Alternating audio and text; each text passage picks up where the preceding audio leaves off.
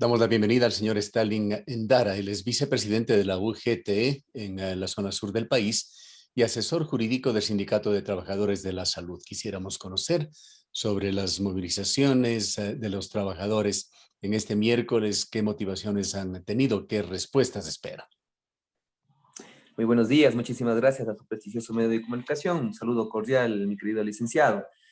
Bien, nosotros el día de hoy vamos a mantenernos en pie de lucha como hace años anteriores lo hemos mantenido. Creo que ha sido importante en cuestión de unificar y sobre todo aglomerar a los diferentes sectores sociales y populares, que estaremos presentes el día de hoy en las movilizaciones donde que, bueno, ya era el momento oportuno y exacto para poder salir a las manifestaciones, para poder hacer que nos escuche el gobierno nacional. Creemos de que es importante las acciones en las calles. El gobierno nacional ha dicho que no va a tolerar, en cuestión ya de las movilizaciones y de la resistencia, no va a tolerar a los que hagan daños, desmanes y toda esa cuestión.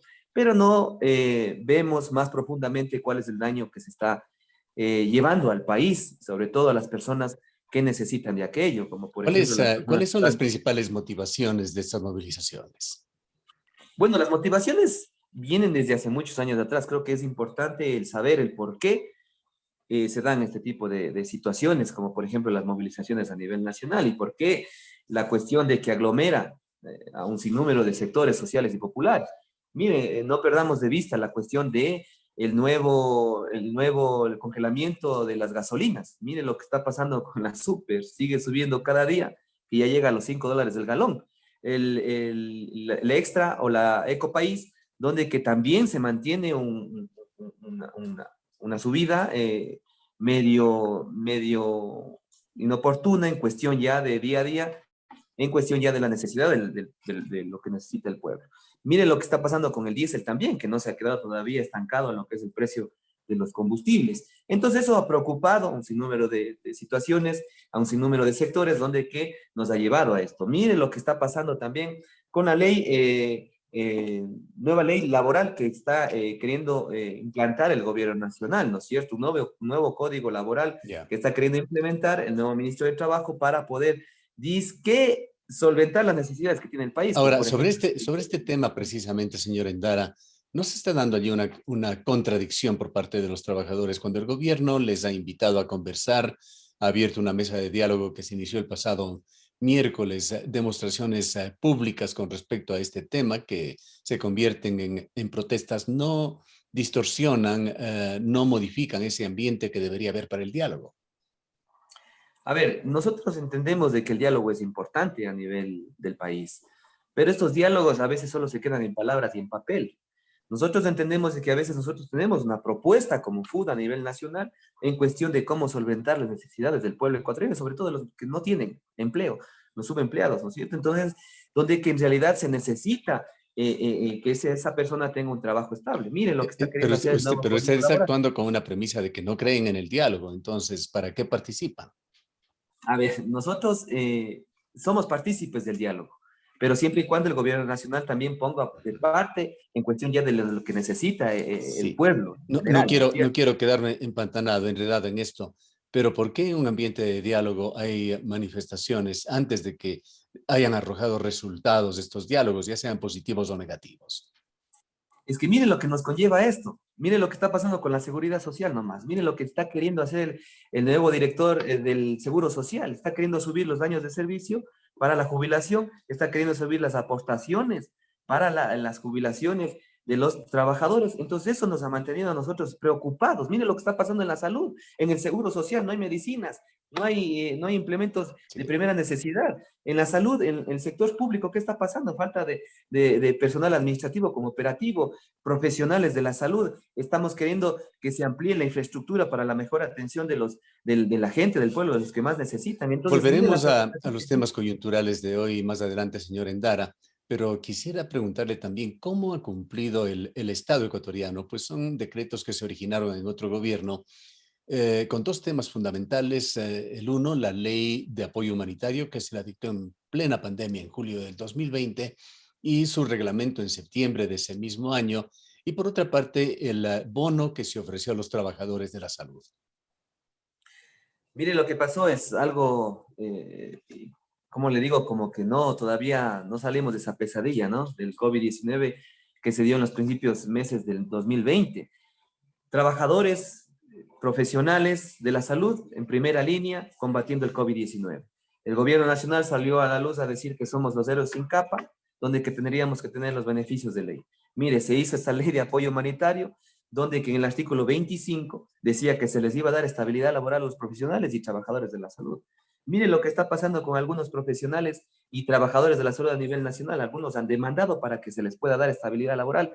En algunos casos han perdido, en otros casos antes de que se acabe ese juicio han sido desvinculados de sus puestos de trabajo. Mire lo que está pasando en más de 3.000 trabajadores que se formen parte de la contratación colectiva a nivel nacional, solo 1.800 trabajadores pasaron ese cambio del régimen, que todavía está en veremos. ¿Por qué? Porque en realidad ellos no están gozando de los beneficios de ley que lo estipula la contratación Claro. colectiva. Entonces, Esta ley miren los beneficios. pretendía integrarlos a una situación formal, a un contrato formal a estos trabajadores. Se lo cumplió entonces muy parcialmente. Se cumplió muy poco, se podría decir yo, porque la necesidad es para todos. Miren, los profesionales y trabajadores que estuvieron en primera línea combatiendo el COVID-19, que en realidad el gobierno, el Estado, tendría la oportunidad de darles esa ventaja y sobre todo ese beneficio de ley que es la estabilidad laboral, porque ellos tendrían que ya haber estado estables para poder seguir laborando. Como le digo, en algunos lados fueron desvinculados y en otros lados no pudieron ni terminar con el juicio determinado. Mire, con el artículo, con el decreto 1278, donde quedaba el bono de $200 a los trabajadores profesionales de la salud. El Lamentablemente, bono a muchos los profesionales y trabajadores no era investigadores. solamente a los profesionales, iba Así más es. allá, hasta donde recordamos. Mire, a los señores de otras entidades públicas les dieron a todos, el 100% les dieron los $200 del bono, pero acá los trabajadores de la salud no completó ni el 70%. Entonces eso nos ha preocupado muchísimo y eso nos ha conllevado a mantenernos en pie de lucha y sobre todo en acciones que sean en beneficio de todos los trabajadores y también de los que están atrás, de los desprotegidos, de los que no tienen voz ni voto, de la gente que está en las calles buscando un empleo, un ingreso para poder subsistir día a día. Nosotros Cuéntenos, no podemos. señor Endara, ahora de lo que usted había tocado ya, el desabastecimiento de medicinas que continúa particularmente en el sector público. Ujú. Es preocupante. Mire, el sector campesino, el día de hoy también dieron a conocer que sigue faltando medicinas para solventar las necesidades del pueblo. No se diga en la seguridad social, ¿no es cierto? Que aglomera un sinnúmero de personas que se hacen atender a diario en diferentes partes del país, donde que en realidad está escasa la medicina. No existe la medicina adecuada para poder mantener y sobre todo solventar las necesidades que tiene de su enfermedad para poder salir airosos y curarse inmediatamente. Entonces eso ha preocupado muchísimo. Mire lo que ha pasado con el sector salud. Hay un déficit de casi $200 millones para este año 2022 en el sector salud, donde qué existe todavía casos de la pandemia del COVID-19, existe casos todavía donde que en realidad las necesidades de la infraestructura del sector ya profesional, de trabajadores, donde que se necesita para poder mantener un buen atención al usuario, no hay, no existe. Pero Entonces, concrétenos, por favor, sobre el abastecimiento de medicinas. ¿Qué porcentaje de las medicinas básicas esenciales existen? ¿Cómo está el aprovisionamiento? El 31 de este mes, entendemos, se empezará ya con un nuevo proyecto piloto de entregar las medicinas, de entregar las recetas a cambio de los medicamentos en farmacias del sector privado. mire, gracias a que me hace recordar esto también, mire lo que está proponiendo el gobierno nacional, pues privatizar los sectores, ¿no? De farmacia, no solo farmacia, farmacia, limpieza y nutrición que quieren implementar, ingresar a las empresas privadas para poder así solventar, entre comillas, las necesidades que tiene el pueblo. Pero no, eso no va a llevar a ningún lado más a encarecer la vida de los ecuatorianos. Mire lo que va a pasar con un gasto público del sector ya del gobierno nacional, donde que invertirá dinero, ¿para qué? Para que los sectores privados se lleven el dinero, mientras el sector público seguirá desabastecido. Entonces, nos preocupa eso, porque ¿qué va a pasar con los trabajadores que están laborando ahí en los diferentes sectores donde le digo que va a existir la privatización? ¿Qué va a pasar con esos trabajadores? ¿Qué va a pasar de aquí en adelante con las diferentes privatizaciones? Mire, Se privatizó, por ejemplo, en el hospital regional se privatizó emergencia y se privatizó el sector de quirófano. ¿Qué va a pasar después? Van a querer privatizar todo el hospital y los trabajadores en dónde quedaremos. Entonces, ¿de qué seguridad estamos hablando del Estado? Que dice el gobierno del encuentro, Pero donde no, quedará no es estabilidad a todos los mejor, trabajadores. señor Endara, que entreguen en una farmacia privada a que no haya medicinas en las farmacias de los hospitales o del IES. Lo que pasa es que el gobierno nacional tiene que dar recursos para lo que es prioritario, lo que dice la Constitución, ¿no es cierto? ¿Qué dice la Constitución? Que se da prioritario tanto salud como educación, de los cuales en ninguno de los dos ha puesto énfasis el gobierno nacional Sí, para poder pero dar le vuelvo a recursos preguntar, para ¿no poder es financiar los mejor a que no hospitales. exista medicina en las farmacias de hospitales y del IES que se los entregue en farmacias privadas? A ver, es que el Estado tiene la obligación, ¿no es cierto? Tiene la obligación de dar prioridad a las necesidades del pueblo ecuatoriano. Pero se Y, está ese, y dando esas necesidad. necesidades No que son pretendo defender invertir al en gobierno, salud y pero se educación. está atendiendo con esto, señor Endara, no se está haciendo lo contrario.